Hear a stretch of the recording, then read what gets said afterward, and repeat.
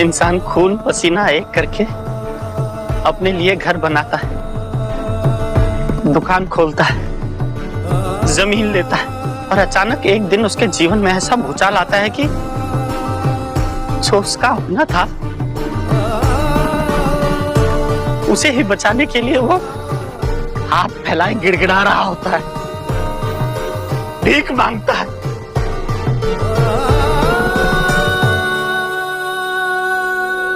साईं, हमने तो आप पर विश्वास किया था ना, और आपने वो काम हाथ में ले लिया जो हमारे बस का था ही नहीं। फिर भी हमने आपकी बात मान ली। फिर आपने एक ऐसे आदमी को साथ में रख लिया जो कभी हमारा था ही नहीं। फिर भी हम मान गए क्योंकि हमें आप पर भरोसा था। हम मानते थे कि हमारे साईं कभी कोई गलती नहीं कर सकते। फिर आपसे ऐसी गलती कैसे हो गई साईं? एक गलत इंसान पे भरोसा क्यों किया आपने? क्यों किया? सुपान,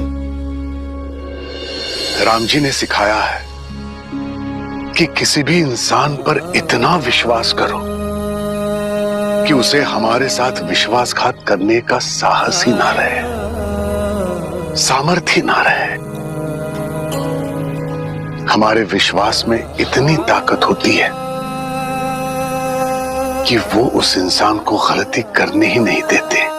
ये कलयुग है साईं।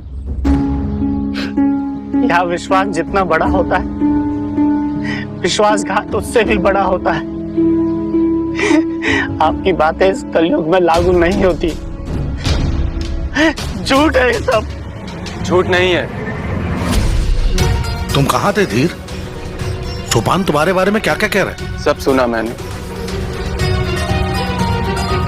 जो भी सोपान ने कहा सब सच है। हुई थी एक बार गलती मुझसे, लेकिन जब से साईं ने मुझे दूसरा मौका दिया, मुझ पर विश्वास किया, तब से मैंने कभी उनके साथ गद्दारी करने का नहीं सोचा। और रही बात कुलकर्णी सरकार से लिए पैसों की, तो वो भी सच है।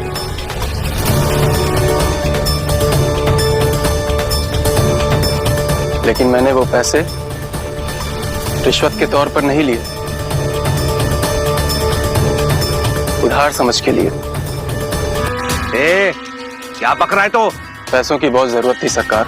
लकड़ी के लट्ठे बनवाने के लिए पेशगी देनी थी, और आपने जो पैसे दिए वो मैंने वहां दी थी। परेशान मत होइए, आपके पैसे डूबेंगे नहीं। अयोध्या में मेरी कुछ जमीन है, उसको बेचने के लिए तार भेज दिए हैं मैंने। आपके पैसे कुछ दिन में लौटा दूंगा मैं। सरासर झूठ बोल रहा है ये। सरेआम मेरी पगड़ी उछालने की कोशिश कर रहा है ये धीर नहीं, धूर्त है, धूर्त। अरे मैंने इसे धमकाया था कि इसकी रिश्वत लेने की बात मैं सबको बता दूंगा। इससे पहले मैं बताता, ये मुझे कलंकित करने का जाल बिछा गया। अरे चौराहे तो मेरा नाम ले रहा है, लेकिन मैंने तेरा भांडा फोड़ कर दिया। क्या अब भी आप लोग ऐसे भ्रष्टाचारी इंसान से सड़क बनवाना चाहेंगे?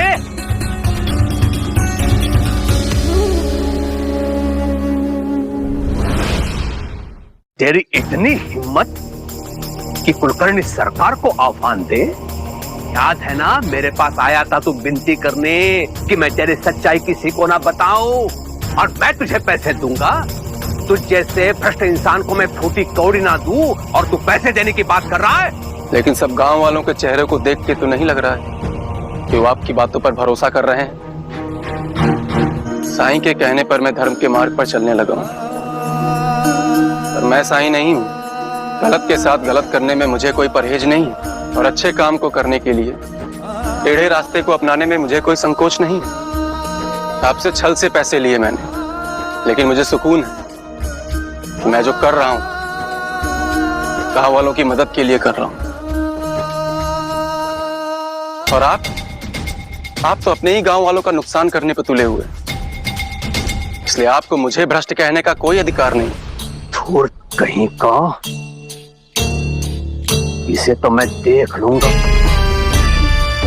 बहुत इतरा रहा है ना अपनी चतुराई पर। लेकिन ध्यान में रख, तो जैसे कई लोगों की बुद्धि ठिकाने लगा चुका हूं मैं, और तेरी भी लगाऊंगा। बहुत महंगी पड़ेगी तेरी ये चतुराई तुझे। मुझे माफ कर दीजिए साईं। मैं जानता हूं मैंने जो रास्ता अपनाया पैसों के लिए वो सही नहीं था। मैं इसके लिए प्रायश्चित करूंगा। धीर, मन में प्रायश्चित की भावना आने मात्र से ही आधी चीज सही हो जाती है। और रही बात प्रायश्चित की, तो एक वचन दो मुझे, आज के बाद अच्छे काम के लिए भी गलत रास्ता नहीं अपनाओगे। जिसके पास नेकी और सच्चाई हो उसके साथ तो राम जी रहते हैं, और जिसके साथ राम जी हो उन्हें चिंता करने की क्या जरूरत है, उसे गलत रास्ता अपनाने की क्या जरूरत है। जी साईं, मैं वादा करता हूं, लेकिन आपने मुझे माफ तो कर दिया ना। माफी तो मुझे भी चाहिए साईं। आवेश में आकर न जाने क्या क्या कह दिया आपको, न जाने क्या क्या इल्जाम लगा दिया। सोपान, माफी तो तुम्हें धीर से मांगनी होगी, क्योंकि तुमने इस पर शक किया। मुझे माफ कर दो धीर।